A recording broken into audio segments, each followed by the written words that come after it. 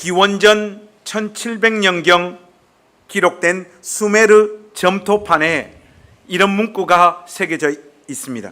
요즘 젊은이들은 너무 버릇이 없다. 1700년 전에.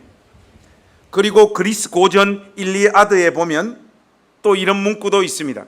고대의 장수들은 혼자서도 가뿐히 돌을 들어 적에게 던졌지만 요즘 것들은 두 명이 있어도 그 돌을 들지 못할 정도도 나약하다. 여러분, 요즘 이런 말씀의 현대적인 버전은 뭡니까? 요즘 군대는 뭐다? 캠핑이다.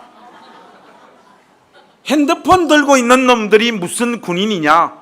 이런 버전이 벌써 고대 사회에 이미 있었습니다. 그리고 기원전 425년경 소크라테스는 또 이런 말을 했어요. 요즘 아이들은 버릇이 없다. 부모에게 대들고 음식을 개걸스럽게 먹고 스승에게도 대든다. 다 여러분의 할아버지 할머니들이 이런 소리를 들으시면서 자기 인생을 통과했습니다. 여러분, 이게 다 무엇을 보여줍니까? 인간 세상은 요즘이나 옛날이나 똑같다는 것을 우리에게 여실히 보여주는 내용들입니다. 우리는 우리 시대의 사람들의 악행과 부조리에 대해서 목소리를 높이면서 주로 세상이 말세다고 이야기하지만 인간 세상은 늘 그 모양 그 꼴이었습니다.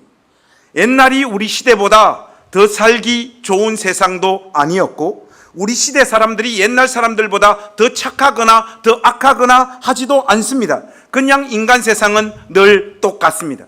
다만 우리 시대는 정보가 많은 사람들에게 다 공개되어져서 사람들이 행하는 악행들이 모든 사람들에게 알려지고 공개되어질 뿐입니다. 인간들의 성향은 늘 자기중심적이어서 자기 시대가 제일 힘들다고 나팔을 불고 있을 뿐입니다. 오래전에 살았던 코엘렛의 한탄을 우리가 같이 한번 들어봤으면 좋겠습니다. 우리 시대와 똑같은 인간 세상을 코엘렛 역시 또다시 만나고 있는 것을 오늘 본문을 통해서 우리가 확인할 수 있습니다. 여러분, 먼저 4장 1절과 3절 말씀을 우리가 다 같이 한번 읽었는데 눈으로 빨리 다시 한번 스캔을 해보십시오. 코엘렛은 자기가 살았던 시대가 학대와 억압이 넘쳐나는 세상임을 고발하고 있습니다. 부당하게 학대와 억압을 받는 사람들이 많았던 것 같은데 그 대표적인 현상은 가난한 사람들이 학대를 당하는 현실이었던 것 같아요. 잠언 14장 31절에 이런 말씀이 기록되어져 있지 않습니까? 가난한 사람을 학대하는 자는 그를 지으신 이를 멸시하는 자요, 궁핍한 사람을 불쌍히 여기는 자는 주를 공경하는 자니라, 이렇게 기록하고 있습니다. 여기서는 가난이 대표적인 학대로 강조되어지고 있지만은 코엘렛이 눈으로 보고 확인한 학대의 종류가 어디 가난밖에 없었겠습니까? 전도서와 관련한 책들이 발간되어지는 족족 제가 다 구입해가지고 읽고 있는데 NIV 적용주석 전도서 책으로 유명한 구약신학자가 이안 프로반이라고 하는 사람인데 이 사람은 이 학대의 죄를 이렇게 정의하고 있더라고요. 여러분들 한번 들어보십시오. 성경에서 학대는 이웃을 속여 물건을 가로채거나 사취 및 착취하는 행위를 포함한다. 이는 권력과 재력의 남용이며 가난한 자, 과부, 고아와 나그네처럼 힘이 없고 취약한 자들을 함부로 대하는 것이다. 이는 구약 성경에서 종종 폭력과 다른 사람의 피를 흘리는 행위 및 정의와 공의를 부인하는 행위와 연결된다. 이렇게 정의를 하고 있어요. 아주 깔끔하고 정확한 정의입니다. 그런데 세상이 이렇게 돌아감에도 학대받는 사람들의 눈물을 닦아주는 위로자가 없다라고 코엘렛이 이야기를 하고 있습니다. 이것이 어떤 의미에서는 더 아프고 더 비참한 인간 세상의 현실이라고 말할 수 있죠. 여러분, 왜 학대받는 사람을 위로하는 사람이 없을까요? 그것은 아마도 학대받는 사람들이 학대하는 사람들이 그들이 사는 세상의 보통 보면 중심이고 모든 권력과 힘을 다 소유하고 있기 때문입니다. 무슨 말이냐면 이런 상황에서는 학대당하고 억압당하는 자들의 편에 섰다가는 자신들의 인생도 자칫 잘못하면 나락으로 떨어져 버릴 수밖에 없는 구조이거든요. 그 두려움 때문에 나서서 학대를 당하는 사람을 위로하는 사람들이 없는 거예요. 세상의 현실이 이처럼 생각보다 굉장히 무섭잖아요. 에스겔 선지자의 목소리도 코엘렛의 주장에 힘을 보태고 있습니다. 이 땅 백성은 포악하고 강탈을 일삼고 가난하고 궁핍한 자를 압제하고 나그네를 부당하게 학대하였으므로 이 땅을 위하여 성을 쌓으며 성 무너진 데를 막아서서 나로 하여금 멸하지 못하게 할 사람을 내가 그 가운데서 찾다가 찾지 못하였으므로, 이렇게 말합니다. 세상이 얼마나 무섭고 지독한가 하면요, 실질적인 권세를 소유하고 있는 학대하는 자, 그 가해자를 위로하는 사람들은 많은데 두들겨 맞고 학대받은 사람을 위로하는 사람은 별로 없어요. 아이고 형님, 그 정도 하셨으면 형님이 정말로 많이 참으신 겁니다. 사실은 형님이 완전 아작을 내버리셔야 되는데 형님의 넓으신 마음 때문에 이 정도 하고 끝난 것이죠. 사실 저 인간은 좀 더 두들겨 맞았어야 마땅합니다. 형님 위로받으십시오. 전부 다 이러고 삽니다. 누가 이러고 삽니까? 여러분들이 다 이따위로 살고 있잖아요. 그 뻔뻔한 우아한 표정 좀 짓지 마십시오. 이런 상황이 세상에, 우리가 살아가는 세상에 끊임없이 연출되어집니다. 설령 변방에서 지성과 용기를 갖춘 어떤 사람, 책략과 바른 지향을 가진 양심적이고 탁월한 인물이 한 명 등장해서 억압받고 착취받고 학대당하는 사람들을 위하여 일어서게 되어지면 어떤 일이 벌어집니까? 권세를 가진 세상은 그 사람을 때려 죽입니다. 자기들의 밥그릇을 지켜야 하기 때문이죠.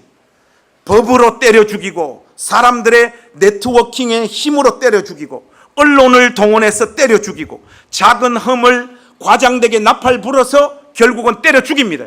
그 사람이 절대로 학대받는 사람을 위하여 자기 인생을 들이고 지속적으로 수고하지 못하도록 구조적으로 때려 죽여버립니다. 그 결과 인간 세상에는 위로자가 없는 거예요. 인간 세상은 그래서 늘 학대와 억압이 넘쳐나고 학대하는 자들은 늘 웃고 학대당하는 자들은 계속해서 울어야 되는 현실들이 펼쳐지는 것입니다. 이 세상이 얼마나 가혹하고 개떡 같으면 코엘렛이 2절과 3절에서 이런 말을 토해놓고 있겠습니까? 여러분 2절과 3절 한번 보십시오. 그러므로 나는 아직 살아있는 산자들보다 죽은 지 오랜 죽은 자들을 더 복되다 하였으며 이 둘보다도 아직 출생하지 아니하여 해 아래에서 행하는 악한 일을 보지 못한 자가 더 복되도다 하였노라.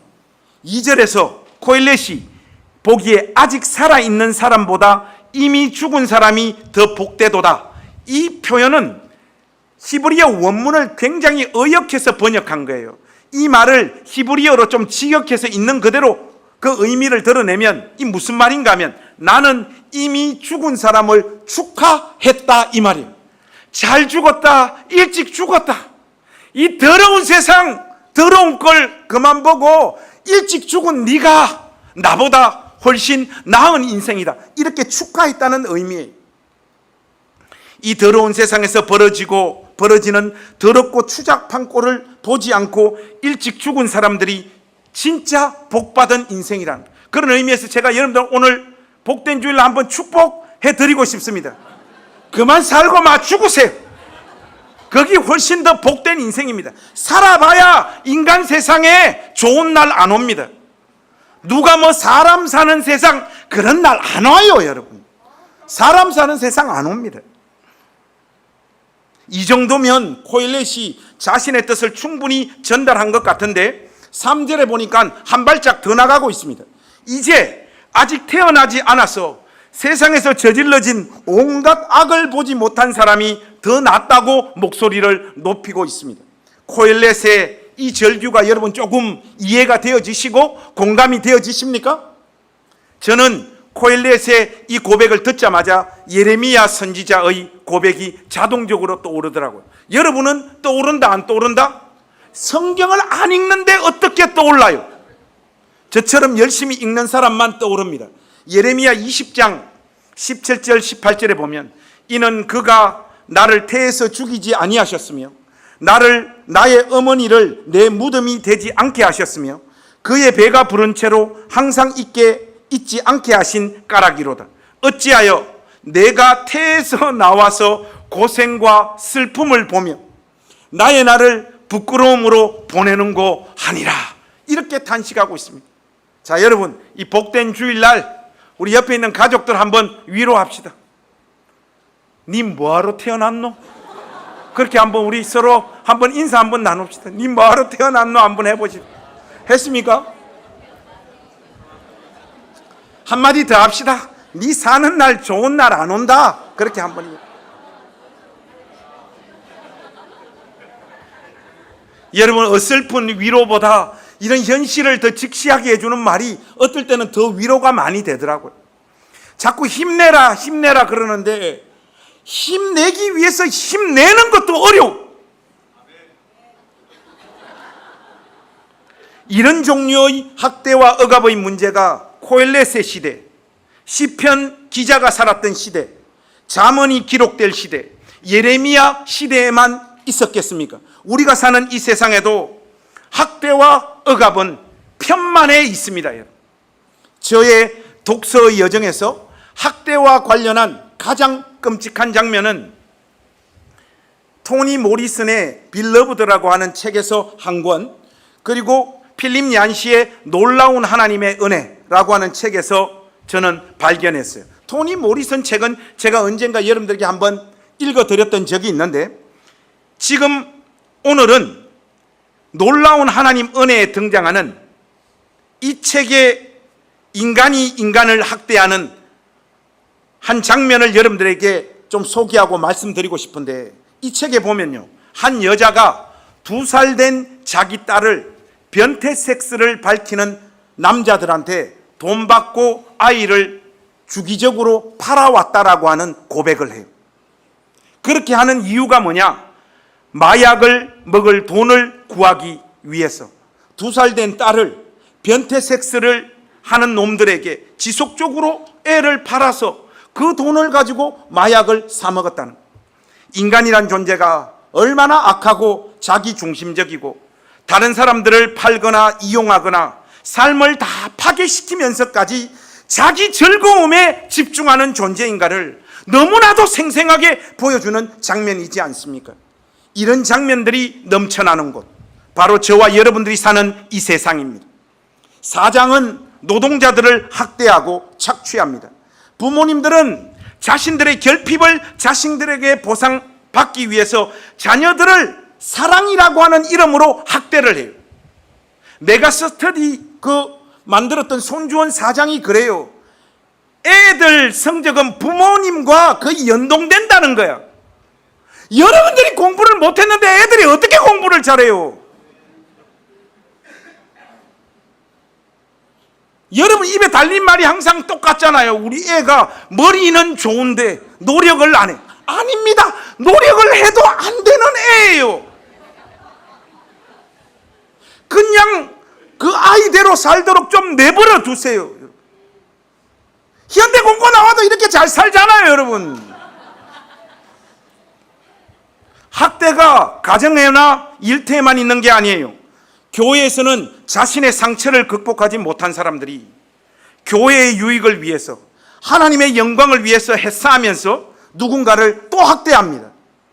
저와 여러분은 이런 사회의 구조적 상황을 받아들일 수밖에 없습니다. 이게 참 비참합니다. 왜냐? 이 세상의 경제 구조나 그 운영 시스템이 누군가를 학대하고 착취해야지만 돌아가는 구조이기 때문에 그래요. 그런데 여기서 우리가 꼭 기억해야 할 사실이 하나 있습니다. 저와 여러분이 학대당하는 포지션에 놓여 있을 수도 있지만은 어떤 순간이 되면 여러분들도 누군가를 학대하는 자리에 설 수도 있고, 아니 이미 누군가를 학대하면서 여러분의 삶을 지탱하고 있다는 사실을 여러분들이 인정해야 됩니다.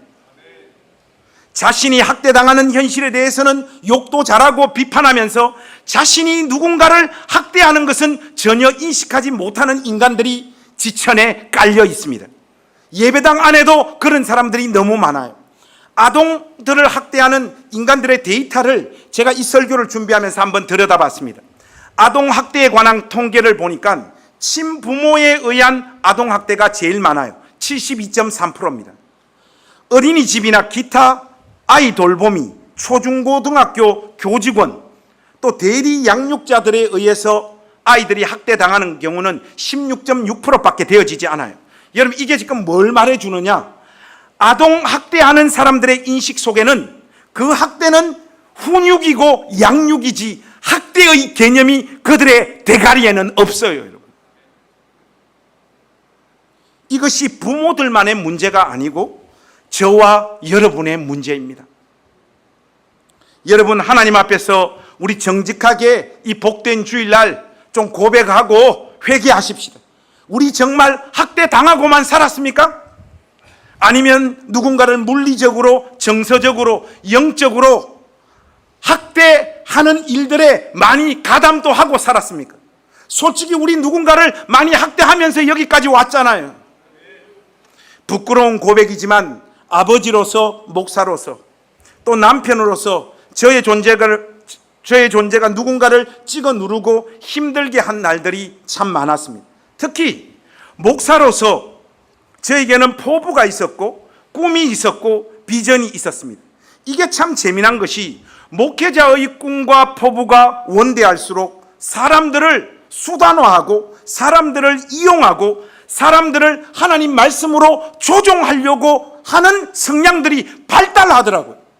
저도 이런 유혹에 수도 없이 빠졌었고 실수도 많이 했습니다. 한마디로 영적인 영역에서 사람들을 굉장히 많이 학대하면서 목회하면서 여기까지 온 사람이 저입니다.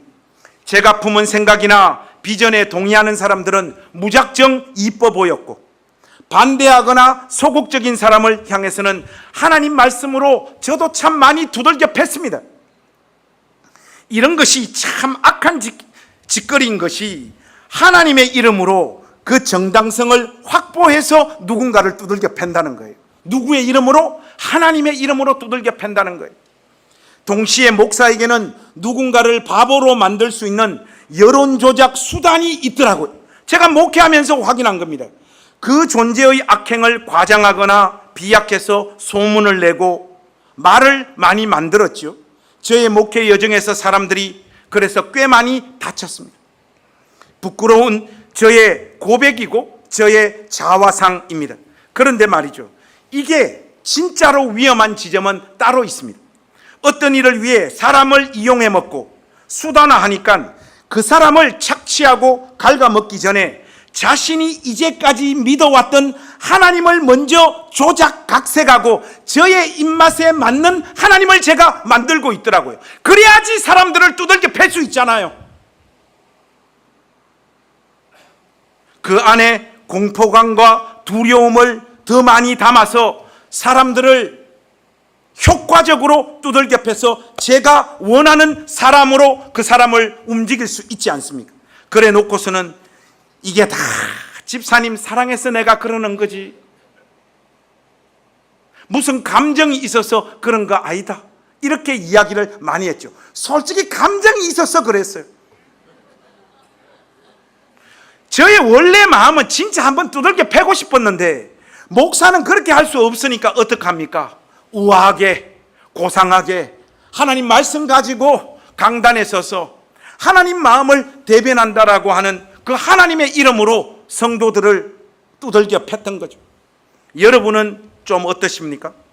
저만 저의 악행을 이렇게 고백하니까 좀 억울하네.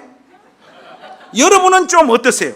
여러분의 존재, 여러분의 말, 여러분의 행실로 인해 누군가의 몸과 마음에 상처를 입힌 날 과연 없습니까?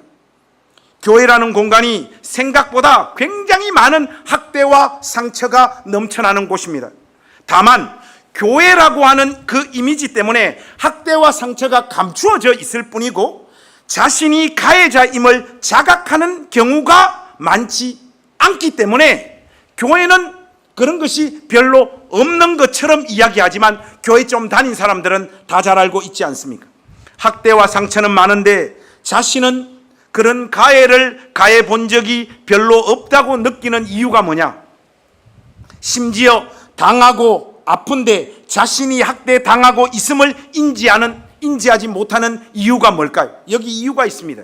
교회 안에서는 이런 일이 굉장히 교묘하게 자행되어지고 있기 때문에 그렇습니다. 몇 가지 교회에서 벌어지는 이런 학대들의 유형들이나 이런 것들이 드러나지 않는 이유들 제가 곰곰이 한번 생각해 봤습니다. 먼저 첫 번째는 분명히 자기 자신은 가해자이면서 자신이 피해자인 것처럼 보이기 위해 최선을 다한다는 거예요. 누가? 네가. 저는 진심 신앙생활하면서 자기 자신 때문에 누군가 울었고 아파했다는 것을 고백하는 사람을 거의 만나보지 못했어요. 목사의 양심으로 볼 때 분명히 그 사람 때문에 사람들이 울고 아파하고 괴로워하고 있는데 그 당사자는 지가 딴 사람 때문에 아프대요. 자기가 두들겨 맞고 상처를 입었다라고 자꾸 이야기를 합니다. 주로 교회에서 영향력이 있는 사람들, 특히 담임 목사를 찾아와서 자신의 고통을 자기 중심적으로 보통 이야기를 해요. 자신의 못남, 자신의 죄, 자신의 부족함을 이야기하는 인간미 넘치는 하나님의 백성을 제가 거의 만나보지 못했습니다. 목사님, 제가 누군가에게 상처를 입혔어요. 그 사람 아마 저 때문에 너무 지금 힘들어하고 있을 것 같은데 제가 어떻게 하면 좋지요? 이렇게 이야기하는 사람이 없어요. 목사님, 누구 때문에 교회 못 다니고 너무 입만 열면 자기가 중심이고 자기는 다 잘했고 남은 다 잘못했다라고 이야기합니다. 자신이 누군가를 힘들게 하고 있음을 전혀 감각하거나 느끼지 못하는 거예요. 그러니 기도할 때도 이런 사람들이 제일 많이 울어요. 그래서 내가 우는 사람들을 안 좋아한다고. 가해자인데 왜 울고 자빠졌어?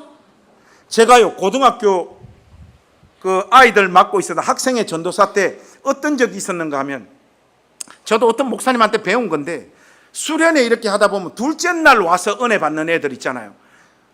둘째 날 막 은혜 받으면 제가 다 깨웠어요. 야, 너 울지 마. 너 늦게 왔기 때문에 울 자격이 없어. 못돼 먹은 어떤 목사님한테 배웠어요, 제가. 교회에서도 마찬가지예요. 여러분들이 가해자인데 왜 그렇게 울어? 회개의 눈물 아니잖아요. 억울해서 우는 거잖아요. 자신은 진심으로 억울한 일을 당하고 있다고 생각하는 판에 교회 안에 학대와 상처가 넘쳐나는 현실이 어떻게 보이겠습니까? 두 번째는 누군가를 괴롭히고 힘들게 함에 있어서 항상 자기 혼자 하지 않습니다. 조력자나 동조자를 통해서 하지, 자기가 직접 그 일을 하지 않는 중간 보스들이 교회 안에 꽤 많아요. 목사님, 보스 그러니까 교회 안에서 그럼 제일 위에 보스는 누굽니까? 저죠. 여러분 해봐야 중간 보스예요.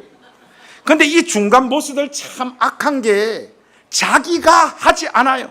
자기 밑에 조력자들, 전문적인 용어로 꼬봉들을 거느립니다. 이걸 전문적인 용어로 플라잉 멍키라고 그래요. 여러분들은 가스라이팅이라고 하는 단어들은 참 많이 들어봤지만 플라잉 멍키라고 하는 단어는 처음 들어보죠. 이 뭔가 하면 오지의 마법사에서 서쪽 나라의 사악한 마녀가 날개 달린 원숭이에게 나쁜 짓을 하게 만드는 이야기에서 유래된 표현이에요. 날아다니는 원숭이, 플라잉 멍키라고 해요. 자신의 주장과 논리를 확장하기 위해서 이 사람 저 사람 동조자들 만들고 자신이 학대하는 사람을 더 그 조력자를 통하여 악마화 시켜버립니다. 조력자와 똘마니를 구할 때도 이들은 머리가 좋기 때문에 잔머리를 굴립니다. 무슨 말이냐? 아무나 조력자로 삼지 않는다는 거예요. 누군가를 학대하는 것임을 전혀 알아차리지 못하는 IQ가 조금 떨어지는 조력자를 자기의 조력자로 삼습니다. 더 나아가서 의도적으로 학대를 모르는 척 연기를 잘하는 사람들을 자신의 조력자로 삼습니다. 그들을 교육시켜 그들을 움직이고 자신은 벌어지는 일을 조금 거리를 두고 멀리에서 지켜봅니다. 당사자를 직접 공격하거나 상처를 주지 않아요. 그러니 상처와 학대가 교회 안에서 그렇게 많은데도 잘 드러나지 않는 거예요, 여러분. 사람이 얼마나 영악하고 악한가 하면요, 하나 더 있습니다. 이 사람들 굉장한 사람들이에요. 누군가를 괴롭히고 학대하고 상처를 줄 때도 이 사람들은요, 워낙 머리가 좋기 때문에 일방적으로 공격만 하지 않습니다. 계속 공격하면 자신의 마음의 상태가 피해자에게 드러나기 때문에 한 번은 공격을 했다가 또 어느 날은 활짝 웃으면서 그 사람을 대합니다.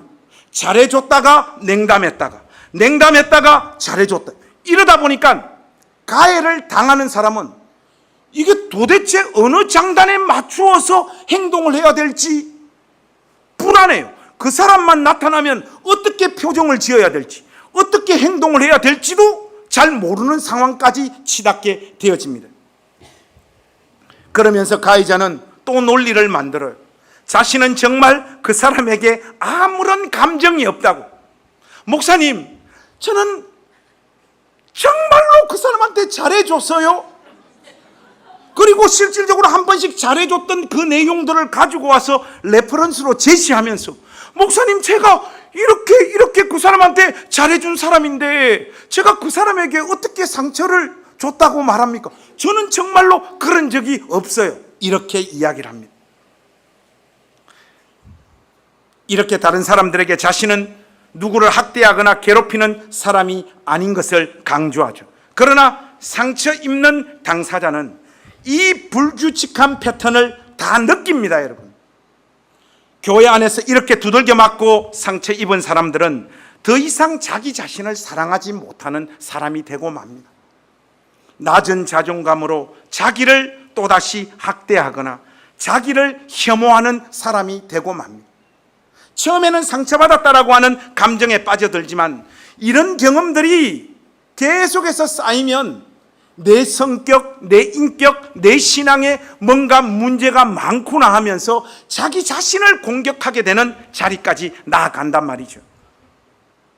이렇게 계속해서 자기를 향해 자책하고 자학을 감행하다 보면 그 사람은 아무리 설교를 듣고 예배에 참여하고 순간순간 찬양하고 기도하며 은혜도 경험하고 위로부터 임하는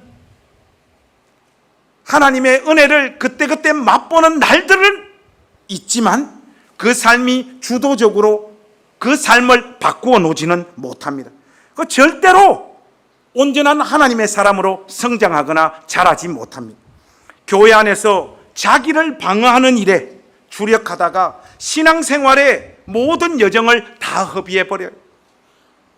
여러분, 여기는 용납하고 용납받고 용서하고 용서받고 사랑하고 사랑받는 일이 일상이 되어야 할 주님께서 피로 값주고 사신 교회인데 왜 여기도 학대와 착취의 구조로 그렇게밖에 돌아갈 수밖에 없는 세상과 똑같은 일들이 벌어지고 있냐 말이에요. 이것이 우리의 현 주소입니다. 사랑하는 우리 낮은담 교회 가족 여러분, 코일렛의 오늘 이 탄식이 우리에게 던지는 구체적인 메시지가 뭘까요? 이 문제와 관련해서 저는 마태복음 11장으로 넘어가서 결론을 찾아보기를 원합니다. 여러분, 마태복음 18장 28절에서 30절 말씀, 우리 낮은담 교회 가족들 한 분도 빠지지 말고 한번 다 이 말씀 찾아보십시오. 여러분들이 너무나 잘 알고 있는 말씀입니다. 마태복음 11장 28절에서 30절 말씀, 여러분들 우리 소리내서 이 말씀을 한번 같이 읽어봤으면 좋겠습니다. 한번 같이 읽겠습니다. 시작. 수고하고 무거운 짐진 자들아 다 내게로 오라. 내가 너희를 쉬게 하리라. 나는 마음이 온유하고 겸손하니 멍에를 메고 내게 배우라. 그리하면 너희 마음이 쉼을 얻으리니 이는 내 멍에는 쉽고 내 짐은 가벼움이라 하시니라. 여러분, 이 말씀 자세히 잘 보세요. 여기 보시면 수고하고 무거운 짐진 자들아 하는 이 표현이 나오잖아요. 여러분, 이 표현은 누군가에 의해서 무거운 짐이 지워졌다는 말이에요.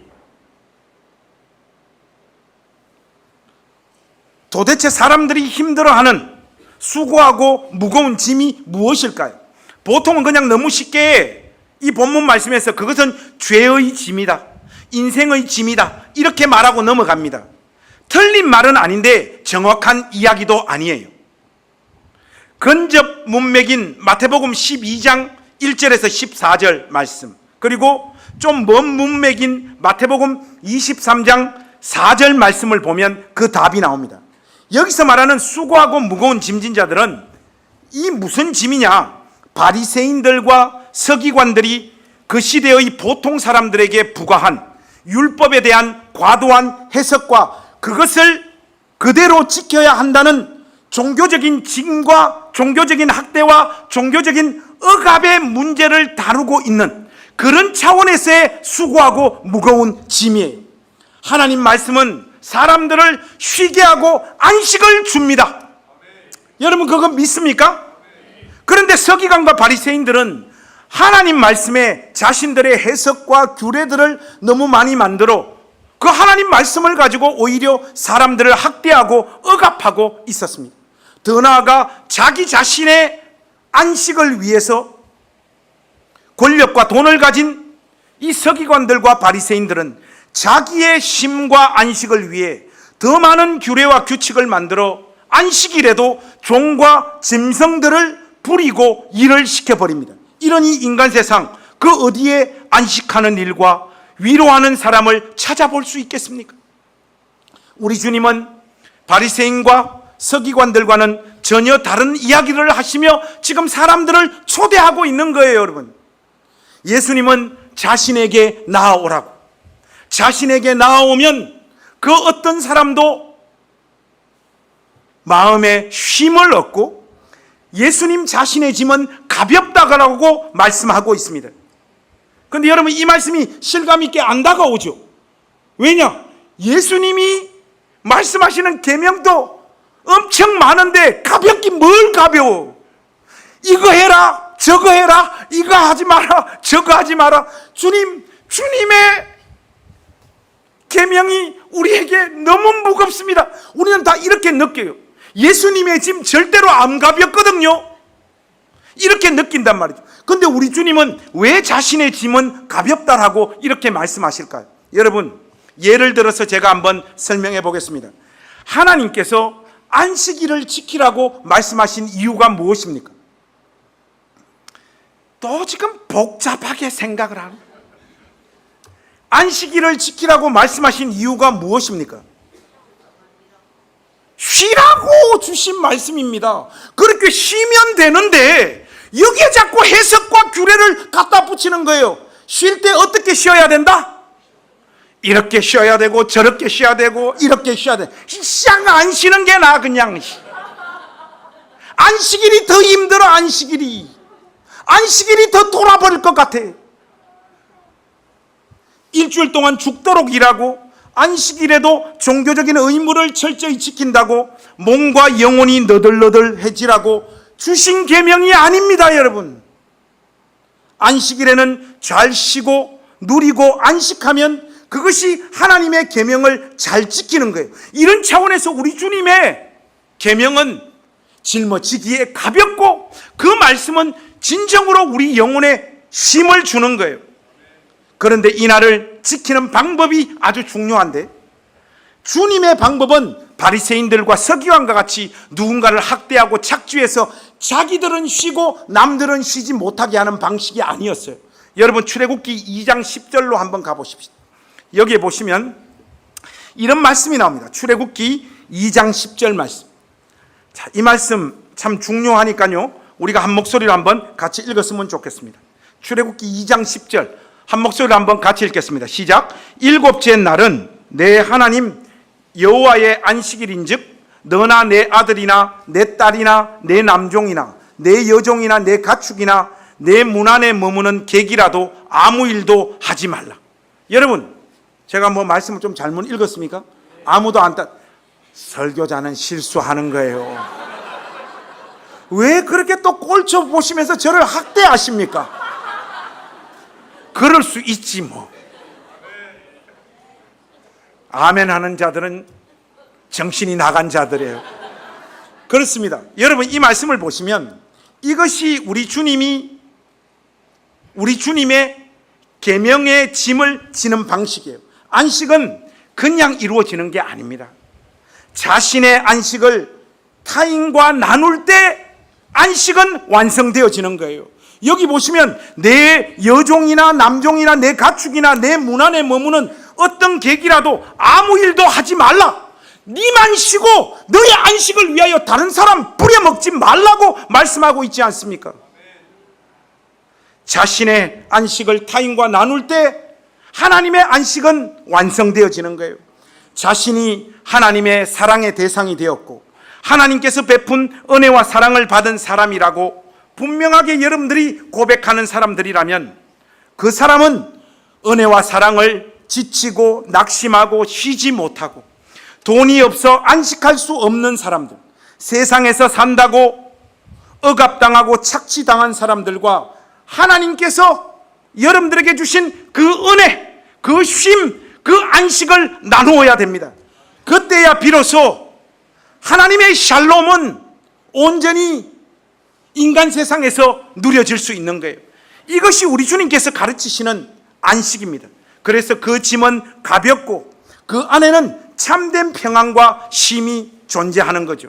월트 브루그만이 안식일은 저항이다라고 하는 책에서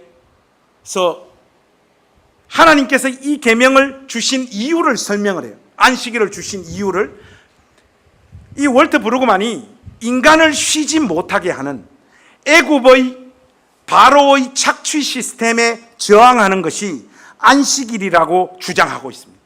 그 말을 현대적으로 해석하면 안식일은 인간을 피로하게 만드는 성과 사회의 철학과 시스템에 저항하라라고 하는 뜻이라고 기가 막히게 해석을 하고 있습니다. 여러분, 우리 식대로 이야기하자면 예배의 자리에 가니 이날도 더 많은 성과를 요구합니다.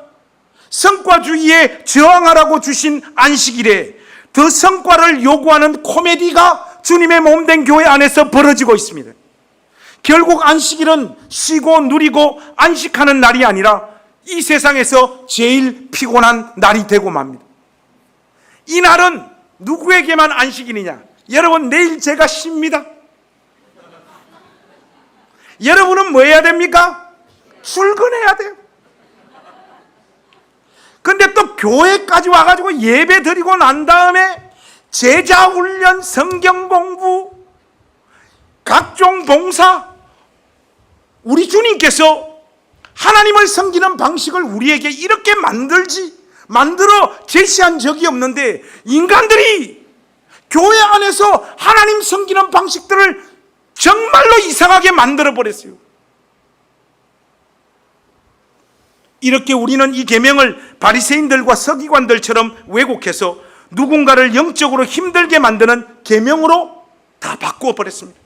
사랑하는 여러분, 우리의 구세주이시며 주님이신 예수님의 짐이 가볍고 그 안에 사람을 위로하는 유일한 삶의 방식이 정말로 존재한다면 그분을 따르고 예배하는 주님의 몸된 교회 안에서의 문화와 공기도 여기서 이루어지는 어떤 일들도 그 짐이 가볍고 사람들의 영혼에 안식을 주는 어떤 분위기가 만들어져야 되죠.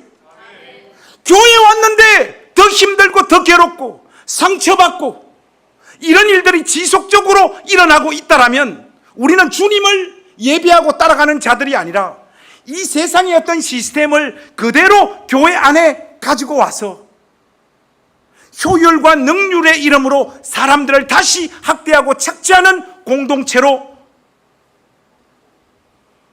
이상하게 변질되어 버린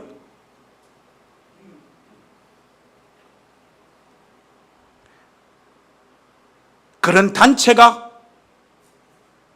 되고 말지는 않았는지 우리 자신들을 한번 뒤돌아봐야 됩니다.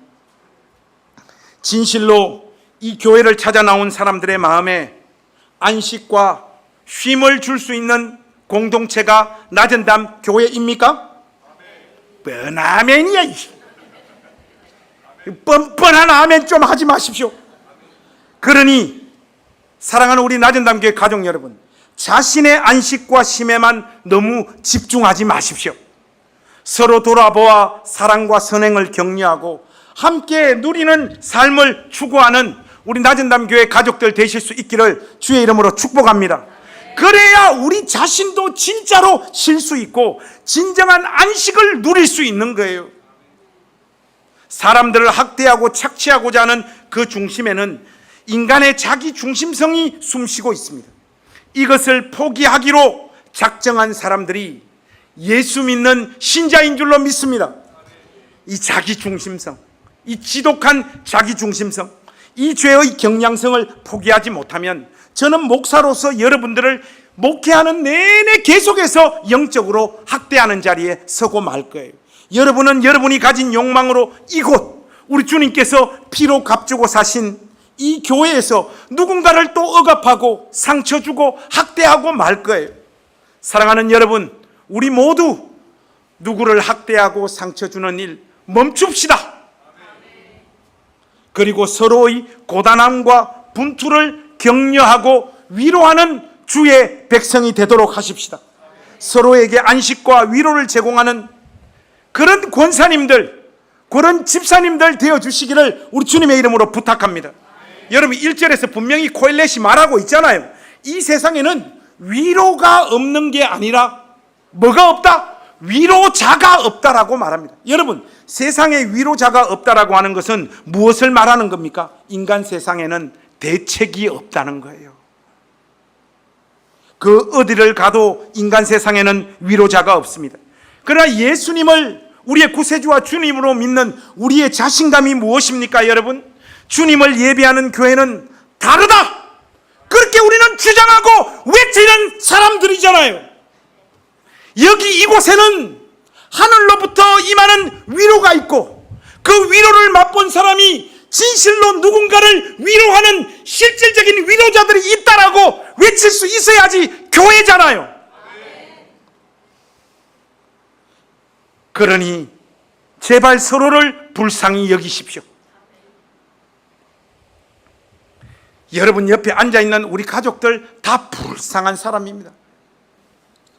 일주일 내내 돈 벌다가 누렇게 떠있는 그 얼굴 한번 봐. 정상이 어디 있어요? 여기 피부 색깔 좋은 사람이 어디 있어요? 요즘 저만 달리기 하고 살이 빠져서 저만 피부가 좋지.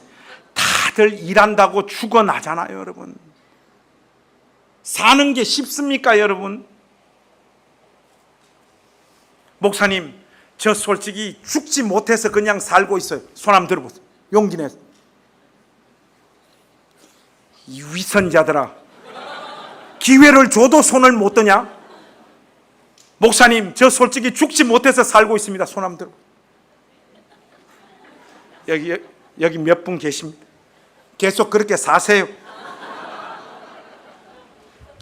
여러분 서로 불쌍히 여기십시오.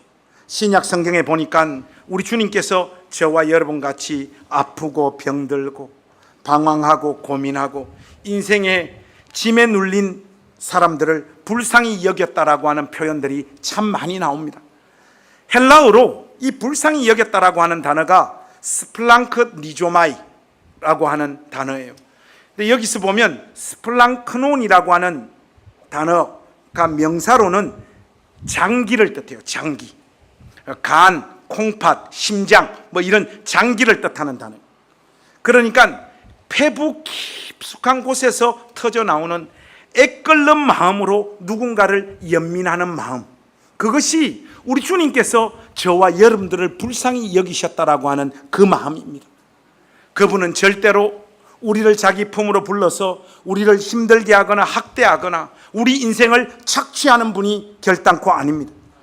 그러니 이 주님을 닮고 예배하는 여러분, 이곳에서 다른 것 하려고 하지 마시고 주님처럼 서로를 불쌍히 여기는 일에 여러분의 신앙의 모든 에너지를 다 쏟아부을 수 있기를 바랍니다. 성도들의 수고와 분투, 고단함과 괴로움을 위로하는 사람들이 되십시오. 여러분, 교회가 왜 어그러지고 무너지고 타락하는지 아세요? 예배가 없어서 천만의 말씀요, 선교를 안 해서 천만의 말씀요, 교육을 안 해서 천만의 말씀요, 다음 세대가 없어서 아닙니다. 여러분, 서로를 긍휼히 여기는 마음이 없기 때문에 교회가 무너지고 타락하는 거예요.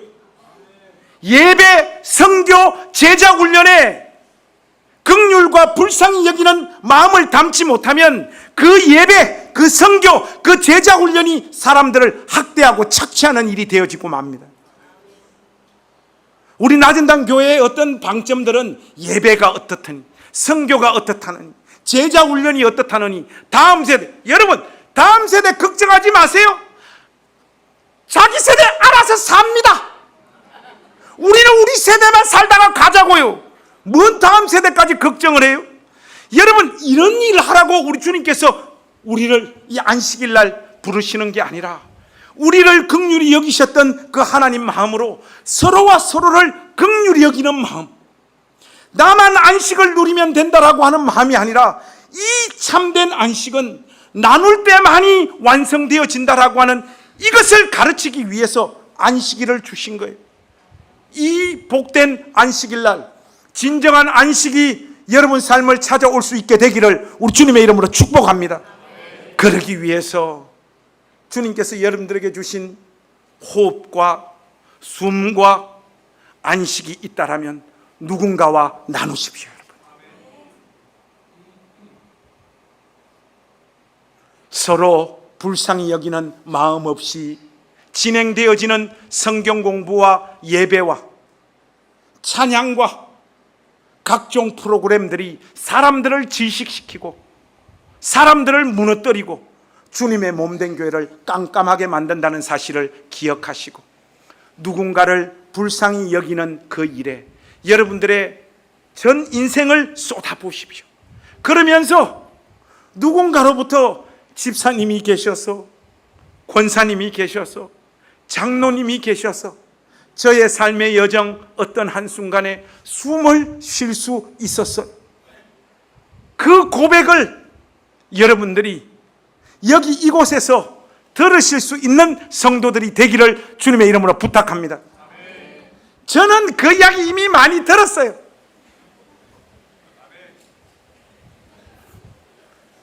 저 좀 닮으세요, 여러분. 마무리하십시다. 우리 오늘은 서로를 향해서 아무 말 하지 말고 10초 동안 그 사람 얼굴 쳐다보는 것으로 오늘 설교, 눈으로 한번 대화를 해보겠습니다. 눈으로 두 명씩 한번 짝 지어 보십시오.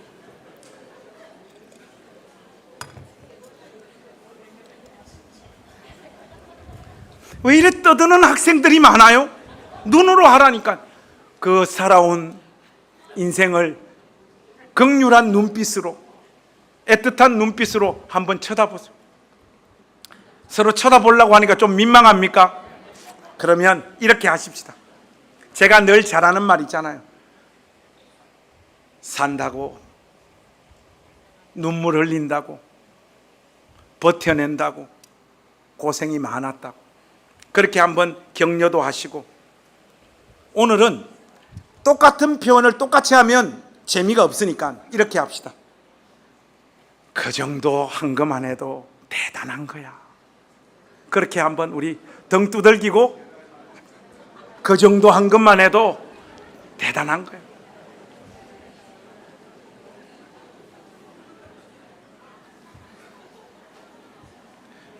제가 여기서 목회하는 동안 여러분들을 저의 삶과 인생을 걸어 여러분들을 불쌍히 여기겠습니다. 여러분도 저를 좀 불쌍히 여겨 주십시오. 생긴 것부터 벌써 불쌍하지 않습니까? 서로와 서로를 불쌍히 여기며 하나님을 예배하는 공동체로 우리 나전담 교회가 여기 이곳에 영원히 남기를 소망합니다.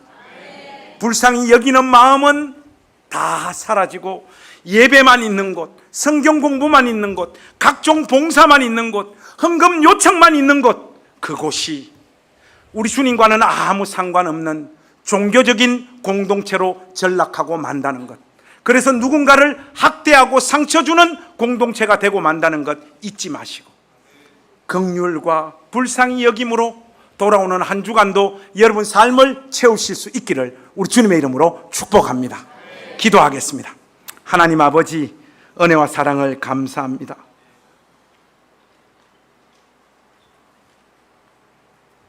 자기 삶을 산다고 별 것도 아닌 삶이고 열매도 별로 없는 삶인데, 살아야 되니까 산다고, 또 산다고 살았는데 산 것 같지는 않은 그 삶 버텨낸다고